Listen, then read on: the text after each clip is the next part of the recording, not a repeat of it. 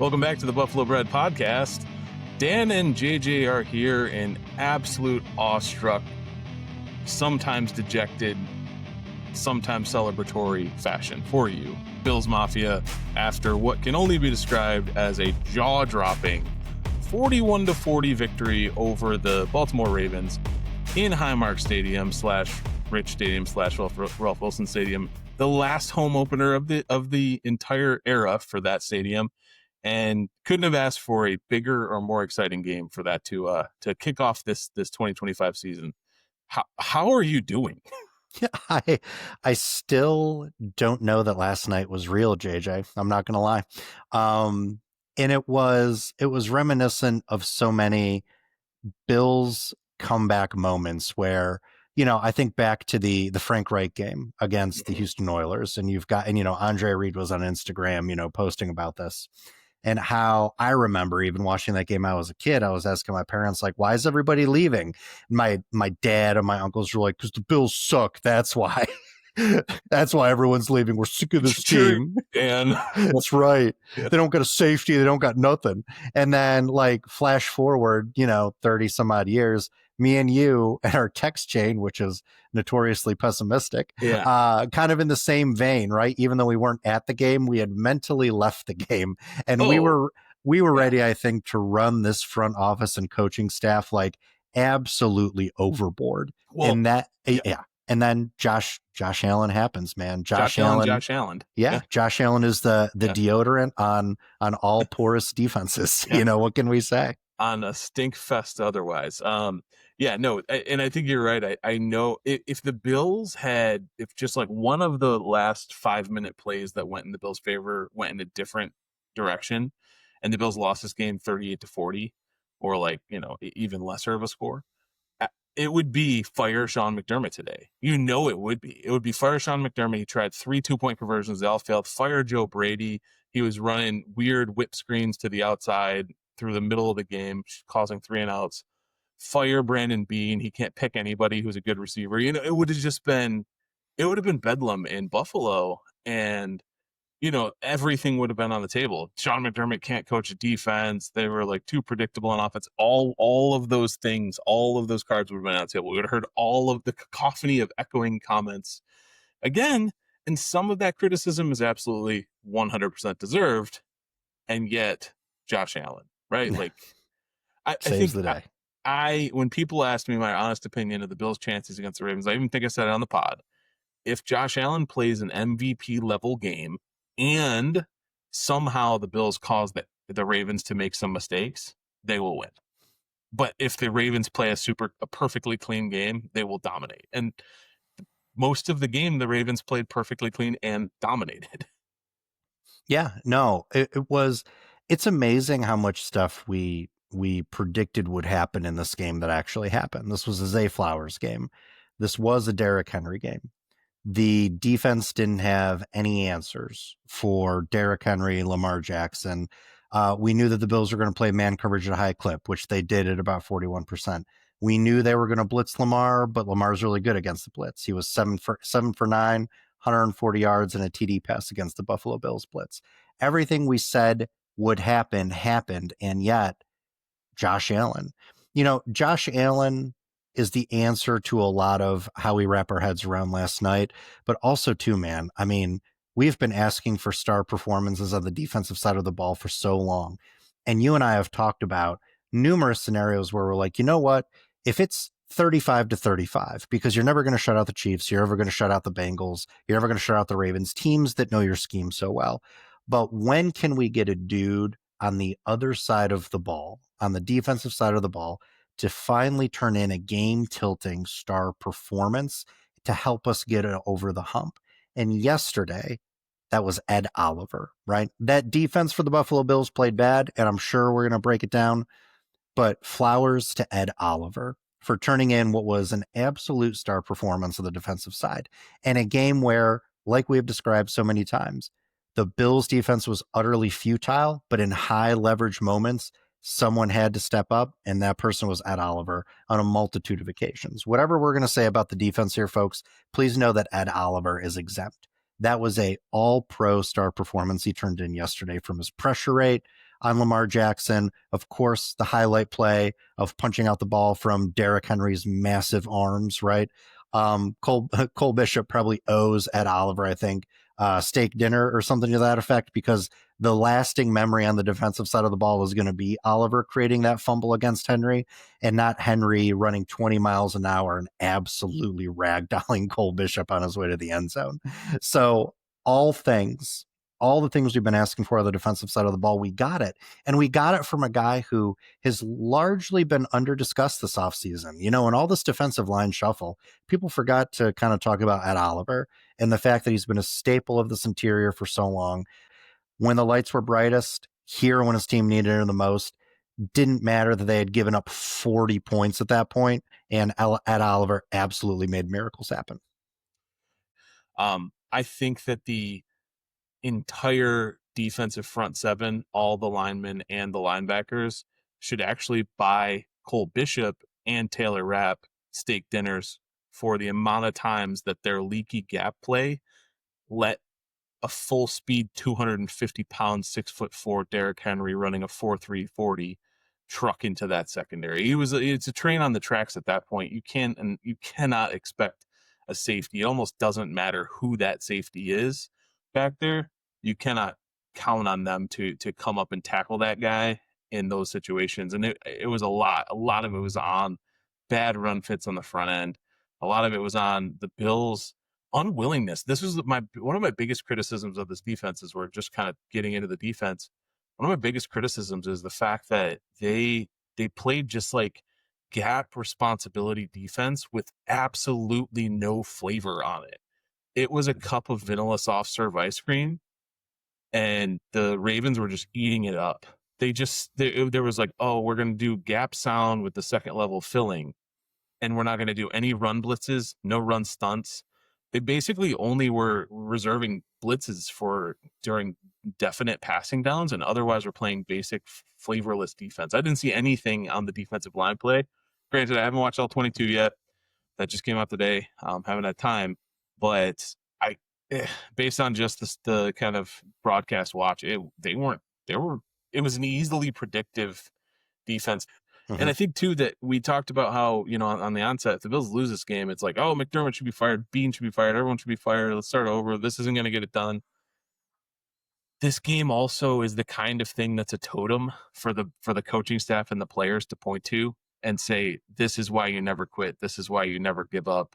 And that actually does indicate that they're receiving a proper level of coaching from Sean McDermott. Just the fact that John Harbaugh's Ravens, he's lauded as one of the 2 or 3 best coaches in the league, they were like celebrating on the sideline at 40-25, like they had the thing in the bag. They took their foot off the gas. His coordinators started coaching in conservative clock kill type of ways. And that's all the Bills needed. That's that little window of time, that little gap in aggressiveness. JJ, we talked about how coaching was going to matter in this game. The Ravens have blown game after game like this in recent memory. I mean, they are the most well-balanced, maybe sound team in the league, and yet they always have these weird moments where they come up short for a variety of just different reasons. It's just they find ways to lose these games, and this is the position I think the Bills were in, we felt like, so many years ago, where we just found weird ways to lose games. That Jacksonville Jaguars game from, God, what was that, 2022, 2023, the 9-6 game, one of Urban Meyer's few wins. Yeah. 2 seasons ago, Mac Jones' one and only fourth quarter comeback drive in his career against the Buffalo Bills. I believe that was that in Highmark? I think that was in Highmark, right? Yeah. I mean, it's the Bills are we as Bills fans are very familiar with the Bills losing games like that in exactly that type of fashion. So we can empathize with the Ravens. I mean, the problem for me is that the Ravens, dude, they're completely loaded. That is a star-studded cast from top to bottom on both sides of the ball. They've had coaching continuity for what feels like decades now with Harbaugh. They've got stars all up and down that roster. They draft well. They sign well. They manage their cap well. And yet, despite all of those things, when the moment is its biggest, this is a team that finds a new way to come up short. I'm not trying to sell the Bills short in this particular situation, but is like an objective observer and not a fan who is giddy about what happened yesterday. Like if you're a Ravens fan sitting at home today, you got to be like, what do we got to do? Yeah. Right. What What else? do we What else could we have done? Yeah. exactly? I mean, a 0.09% chance for the Bills to win this game on ESPN win predictor analytics with 4 minutes left. And yet they pulled it out. Yeah. Yeah. With 5 minutes left, what was it? 0 and 717 in NFL history. Teams trailing by 15 or more points with 5 minutes or less left in the fourth quarter since 2017. 0 and 717. Now it's 1 and 717. So Terrible stat. it's Terrible stat to hang on the 718. Yeah. Ravens. one in 718 times that's happened. It happened to them last night. They squat. It's so interesting because I think the narrative is going to be that they squandered the lead. I would argue, and then not just as a fan, but as a football, somebody who analyzes football, the Bills snatched it from them. They did not squander. I mean, they could have probably coached a little bit more aggressive. They could have done some different things and not been so conservative. They're punting on fourth down. I don't think Andy Reid would have punted that ball. It was I think I felt like they were surrendering at that point. I feel like he would have gone for it and said, if they get the ball back, or if we give this over on downs and they kick a field goal and go ahead, we have time. Like we want to control our destiny. They didn't do that. They punted it away, and Sean McDermott after the game was asked that direct question. He said, it's really sort of a toss up. Any coach in the league's gonna see it both ways and have a sense, in the moment you got to make that kind of on a gut call. And I think that was one. So yeah, I think there's some choices they made that indicate squandering a lead, but for the most part, the way that the Bills executed in those final 5 minutes, they took it. They just claimed it. They claimed that victory from the jaws of defeat. Mercilessly targeting a Jair Alexander, who, I mean, listen, is a great DB. Oh my gosh. I think we wanted him, right? But he super talented. Yes, super talented. He's a great scheme fit for the Ravens. Like, not a guy you thought the Bills would go after, but they did. They went after him when Palmer was on him, when Coleman was on him, because they could see that he wasn't up to snuff yet in this scheme. And that's the transition that I loved. And I credit Josh more with that than Joe Brady for reading what was on the field in front of him and making some of those aggressive decisions. Because a lot of that, listen, Joe Brady probably going to be a head coach after the end of this season. Love Joe Brady and everything he brings to the table. Big caveat. That being said, though, some of that play calling early on in the game, it's like he anticipated that the O-line was going to lose its battles to the Baltimore Ravens defensive line. I mean, tight end bubble screens like to Dalton Kincaid. I mean, Keon Coleman had a couple of screen passes as well, one he dropped. Those are not the two guys that I would factor into the screen game, but he was trying to work up the quick game for Josh, and Josh was like, you know what?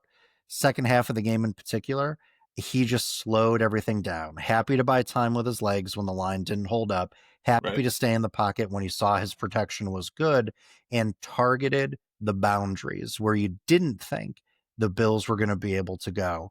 And he let some of these wide receivers, Palmer, we can debate if he had a good game or not, but he definitely had a clutch. He had a great fourth quarter. Right. Yep. Great fourth quarter. Right. And made some of that Mac Hollins veteran play stuff, drawing that DPI in the second half as well. But then he allowed his guys to rise to the occasion with him. And I love that. And that's what Josh does. He makes guys better. So it was the aggression that they showed.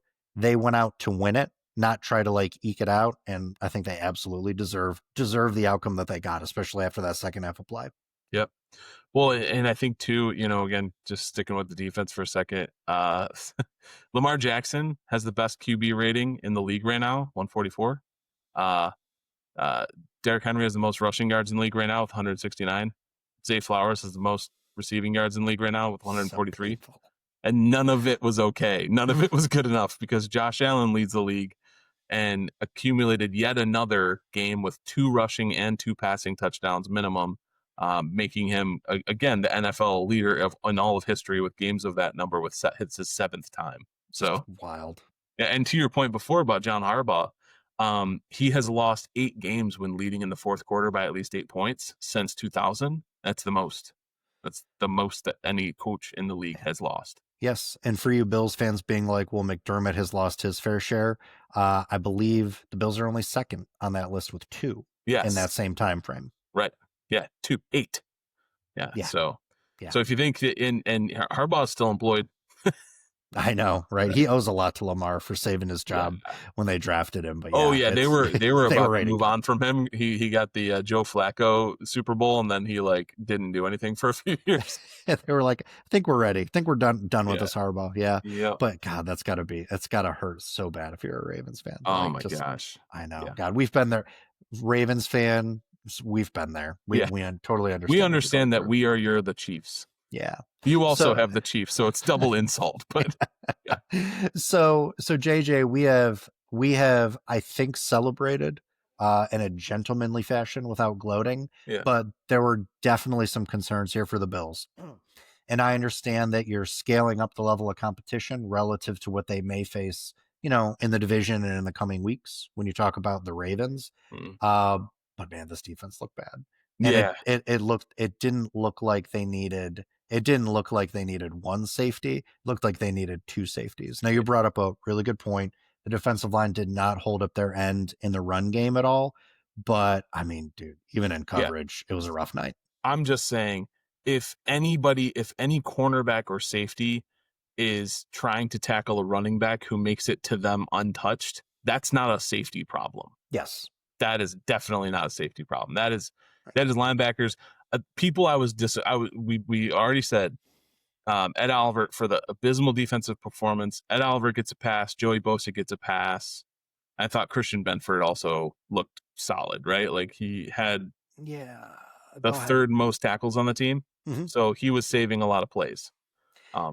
His coverage, he lost Zay Flowers a few times, and that was surprising Mm-hmm. because you don't see that. And I wonder how much of that could be laid at the feet of the safeties or Dorian Strong, right? Because Mm-hmm. the combination coverages that the Bills play in their zone defense and even in their man, there's a lot of handoffs, and I saw a lot of handoffs being messed up in the back end. Yes. So They could not communicate. yeah, They were having a really hard time communicating about those I things pre-snap. I have some faith that this team, who always has a terrible defense, is going to not be any better.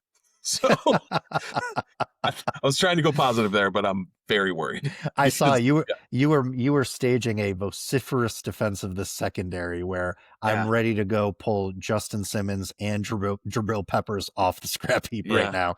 yeah, You know what? I want to talk about Benford. I I they kind of went after him in coverage, right? Like mm-hmm. DeAndre Hopkins has no business getting past a DB as talented as Benford. I just and we're going to see it again, I think, this week with Garrett Wilson. Some of Yep, Benford's worst games have been against Garrett Wilson. I just think when you go dude for dude, right? And you got to win a one-on-one matchup, no one is putting Benford on an island, right? No one is like giving him the Sauce Gardner treatment, the Darrell Revis treatment. They are happy to go after him when they feel like they have a talent advantage sure, against him. yeah. Um, There he are is, yes, 16. There are 16 wide receivers in this league who will not struggle to beat Christian Benford. They're correct. not probably going to catch a ball and run for a bunch of extra yards. They're not going. He's going to be tight. He's going to give them Mm-hmm. some business. He's not going to give them a clean release ever. But there's probably like a 15 to 17 wide receivers who I could line up on a spreadsheet and be like, these are the ones who are going to beat Christian Benford. Yeah, Be able to, without a doubt. because there's a reason he's a 6th round pick. He has some athletic limitations. He has some traits that are not elite. And so, yeah, no, I agree but I don't think DeAndre Hopkins is of the caliber that he should be beating Christian Benford. So I agree with that. He That was a really bad did. beat. That was an incredible catch by D Yeah. Hop. Oh yeah. Yeah, incredible catch. But yes, I think listen, this is everyone is ready to get rid of Cole Bishop and Taylor Rapp today. Everyone's ready to go sign Stephon Gilmore to play CB2. I think you offer a very sober though and rational analysis of why the DBs, yes, looked bad on broadcast, but it was because of a more holistic failure on that defense, which brings me to the defensive line. And outside of Ed Oliver, what specifically did you see that would give you maybe a kernel of optimism moving forward here? Because like it was all bad most of the time for that D line. Yeah. I mean, I would say, you know, Greg Rousseau had some flashes that he is going to be what we've always known him to be, as a excellent run defender who will also be pretty solid in pass rush situations, especially high leverage pass rush situations. The problem was other teams know it, and they were comfortable, especially against T.J. Sanders, Deion Walker, Daquan Jones, and even Joey Bosa to some regard, and especially AJ Benessa. They were happy to just single all those people and use, especially with the gap power scheme that the Ravens often run and zone reads and all of that. They were happy to just be like, okay, we're gonna either give help to somebody who's blocking Greg Rousseau, or we're gonna double him straight up and make that the point of attack. And he is a lanky guy. He's not super stout. And so that is his kryptonite, is when you get two very, very large people pushing him, or you use a tight end, like tight end trap on the end to pin him in, pin pull stuff. Like he can't get off of it. He's not super dense. He's not powerful enough to like split the gaps because he's also so tall. So I worried about that. I think that he's talented enough to do well, but it's really, his game is 100% dependent on Ed Oliver, Daquan Jones, Deion Jones, or Deion Walker, Mm-hmm. T.J. Sanders. It's dependent on those guys demanding at least one of them be double teamed, Mm-hmm. because he can do a lot of amazing things, but only over one on one. Joey Bosa looked like he was shaking off some rust. He got better as the game went on. So. Yeah, I really liked, and Collinsworth did a really good job calling it out. I really liked the adjustments that Bosa made to some of the big ass bites he was Oh taking in man, the misdirection game. yeah, yeah, oh yeah. Yeah, Everybody saw it. Yeah, but that's what a high end veteran will do for you, right? He'll make those adjustments in game, and I thought he had a really good one. Listen, I mean, it was not a lot of these guys played in the preseason either because they were banged up or they weren't healthy, and I think that has to factor into some of it as well. We cannot overstate. These are probably two of the three best teams in the AFC. yeah, And this was a super physical game for week one. Listen, we're going to look at the tape, and there was a lot of bad tape this defense put out there, but I don't think you throw the baby out with the bathwater. We've been saying for years, how come McDermott doesn't play the young guys, right? How come he doesn't let them take their lump? They took a ton of lumps yesterday. And because they've got a polished professional alien at quarterback on the offensive line, that's going to buy those guys, I think, a longer time to develop and a longer time to hit that growth curve that we need them to hit. So it is game 1 of 17. The defense looked bad, but I would exercise patience before you start playing fantasy football out on the waiver wire and seeing what overpriced vets we can bring in, right? yeah. No, absolutely. I think it's a question. It's like you said, that between the safeties, certainly the corners, and definitely the defensive line, everybody playing together wasn't a thing for any appreciable amount of the preseason. They don't have reps together. They don't Yeah. all have reps together. So And you could it's tell from all yeah, that yeah. miscommunication. Oh my God. And it's Yeah. gonna take a minute. And especially because I think that Dorian Strong, being one, a rookie, and two, then getting the start against the Ravens and against a root technician like Zay Flowers, he was just getting his lunch eaten all day. But he came up and tried to lay a lick on He Derrick tried. Henry a few times and came out with a couple of tackles. So he wasn't terrible. There's things to like about him. It's a lot to be said that there are players like Jamarcus Ingram on this roster who have been in the system, and he did not get replaced throughout the whole game. So Yes. he, The coaching yeah. staff is letting these guys take their lumps. And I think, to your point, that's something that we've been super critical of Mm-hmm. of McDermott for in the past. But yeah, he kind of stuck with his men in this one and gave them a chance. Mm-hmm. Yep. I would very much like to see way less of AJ Epinesa. His limited snaps were very poor. Yes. Yeah, Yes. He did not much value added in this yeah. particular game. He is not a player that you like. He's literally an unplayable option against the Ravens. Mhm. He does not like. We've seen him against the Ravens in multiple matchups. He's never been the AJ Epinesa that we're like, oh man, all right, that was a good play, and never once. Like, he just gets completely destroyed. He does. He does. That's a dude that the Bills have given plenty of runway to Yep. develop and grow. And you know, there's been a lot of talk of, you know, before Carter got hurt, was Carter the cut candidate? When Ogunjobi and Michael Hoyt came back, I think there is a world where you just trade AJ Epineza for whatever you can get for him at A this point. bag of footballs. Ham sandwich, Yeah. right? Like, but there is a world that when Hoyt is ready to come back, there's strong argument that Epineza should not be on the roster. Yes. Yeah. I agree with that. Yep.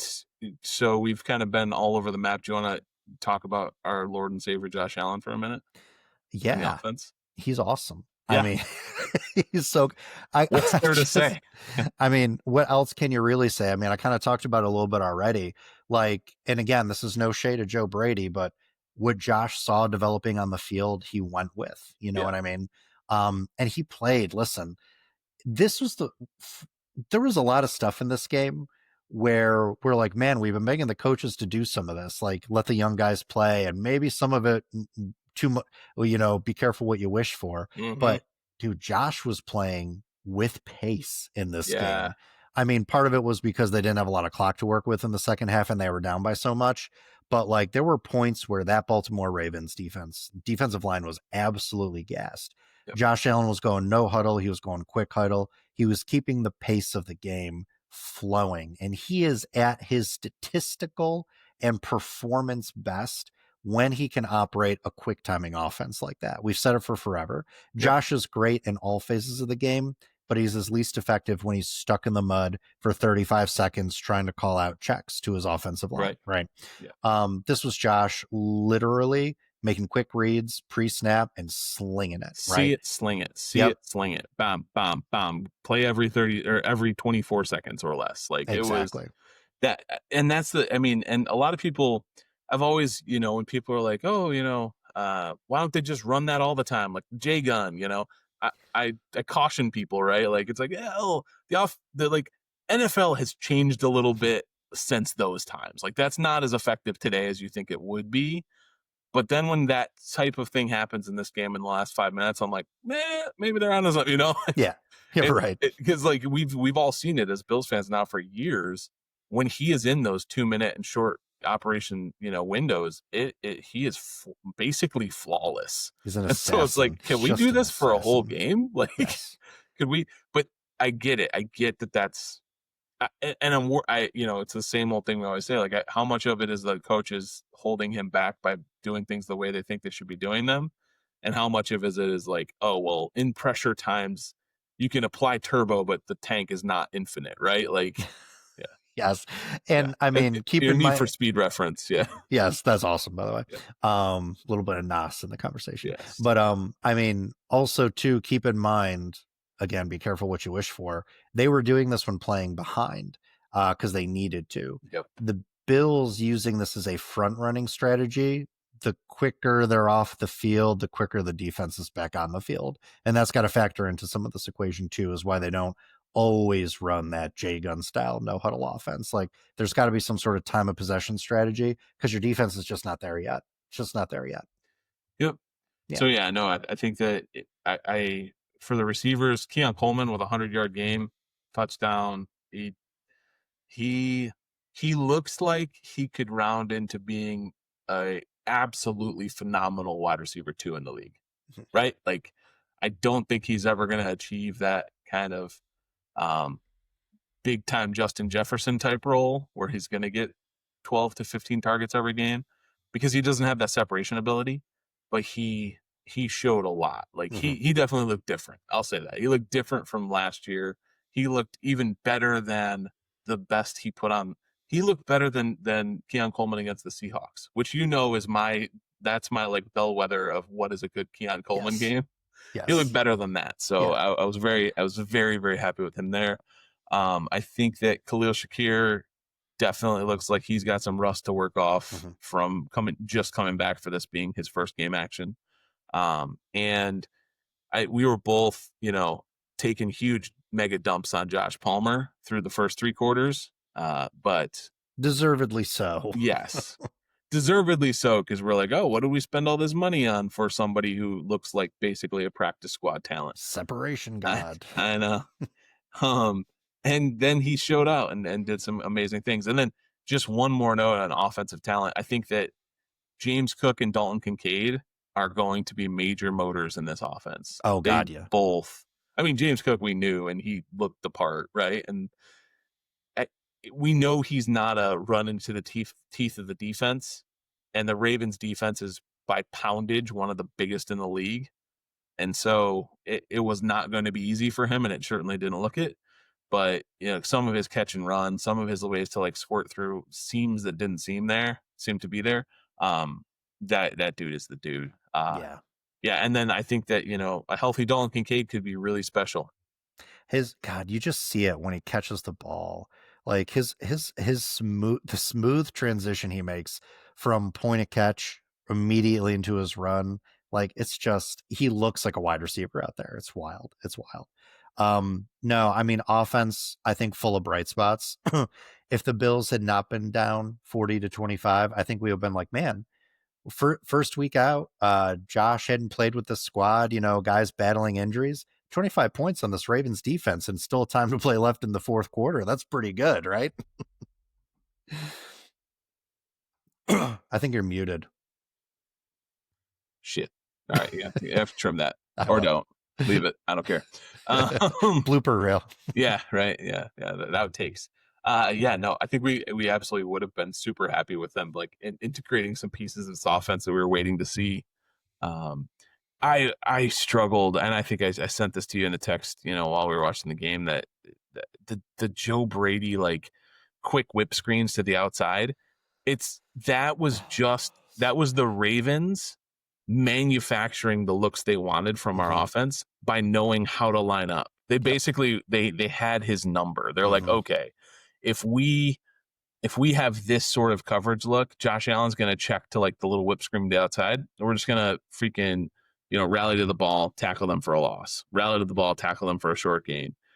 Next thing you know, it's 3rd and 7 and we can send all our ears back. Right. Like that. They got to figure that out. I'm tired of that because that's carried over from last year. That was still happening in the AFC Championship against Kansas City. Yep. There's a lot of carryover mistakes from last year that I think they need to iron out. Yeah.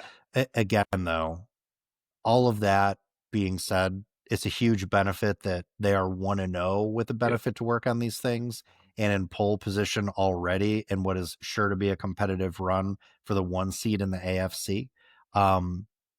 And they get to work on the mistakes from that position of power as opposed to being 0-1 with a loss to a direct competitor for that rival, 1 seed in the Buffalo Ravens. Absolutely. It's huge. It is huge that the Chiefs lost, Ravens lost to the Bills, and the rest of the AFC East lost. That's crazy. Like it's great. That's the best start you want, and now they have 3 of the next 4 at home. Exactly, without a doubt. All right, man. Do you want to quickly review our predictions, sure to go wrong, see where we landed? Yeah, sure. The only one that we had in relation to this particular game was a score prediction. Which we both sucked. Yeah, we both were way under. We thought it was going to be under the 50.5, and it ended up being 81 points. So that was way off. And then Dan picked against the Bills, Ravens 27, Bills 20. It was like that score in the second quarter. Yeah, exactly. And then I picked for the Bills with an even lower score of 24-20. At least I got the team right, but we were both. We were almost picking half the points in the game. So yeah, we were way off. That's okay.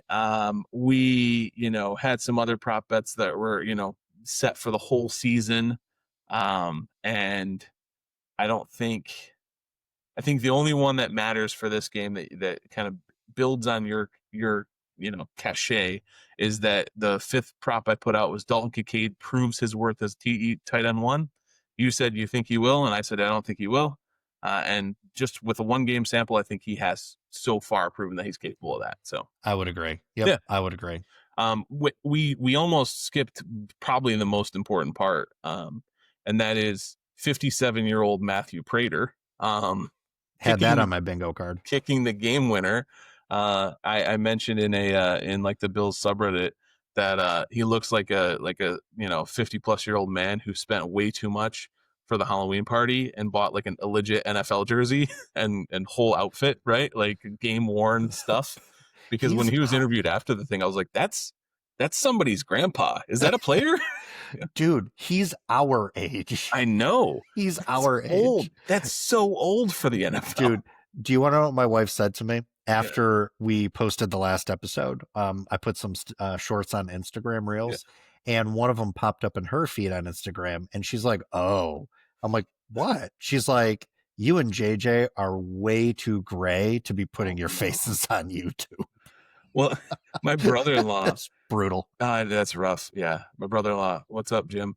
If he asked me today, he's like, what's the link for your pod, your podcast? I was like, oh, here's the YouTube link, and here's pod only if it's just audio only.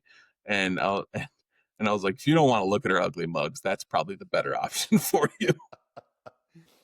Well, I say this to your family and to my wife. Over 1,000 views on YouTube will prove you wrong. So there you go. Hey, there it Somebody is. wants to look at us, even if it's to mock. That's right. I assume that's what 99% of it is. And then the other 1% arrived at the page by mistake. So there you go. Yeah. We'll welcome them too. Hello, fellow traveler. Oh man. Oh, so glad we decided to settle in and talk about this game, JJ. Yeah. It was a good one. For you folks listening at home, we are dropping this reaction pod here on Monday.